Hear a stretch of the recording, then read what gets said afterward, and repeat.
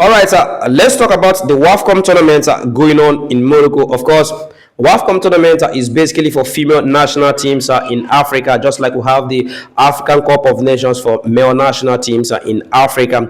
The tournament is already in the quarterfinal stage, and a lot of nations, countries have already crashed out of the tournaments. Eight countries to stand are made it to the quarterfinals of the tournament. We'll be taking a look to stand the countries that made it to the quarterfinals of the tournament and their opponents in route to the quarterfinals of the tournament. Yeah, we have the Super Falcons of Nigeria. I think the Super Falcons remains the most decorated female national team in Africa. So they will be up against a stronger opposition in the name of the Black Coppers of Zambia. Yeah, Black Coppers of Zambia have the likes of Barbara Banda, a strong player, understand, and also the Super Falcons of Nigeria still have good players. Understand, they have Rashidat Ajibade, Asisa Oshala, and the rest of them in their rank. Understand, in route to the quarterfinals of the tournament, the Super Falcons of Nigeria secured got 7 points with possible 9 points, and they are yet to concede in the tournament.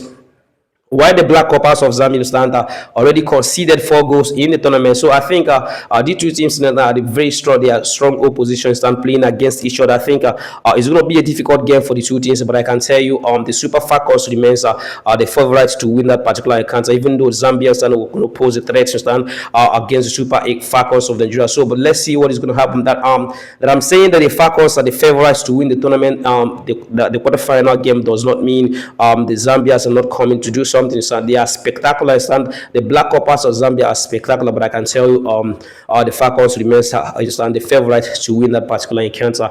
In other features, the desert forces of Algeria, you can also call them the less fairness of Algeria, will be up against the Black Queens of Ghana. And these are very two fantastic female national teams in Africa are going head to head against each other in the quarterfinals. But I can tell you, I think the Black Queens of Ghana still remain the favorites to win the desert forces or the less fairness of Algeria. Well, it's going to be a fantastic game. The game will be a strong one for the two teams. What I can tell you, what I've seen the Black Queens of Ghana, understand how they've performed, how they've played in tournament so far.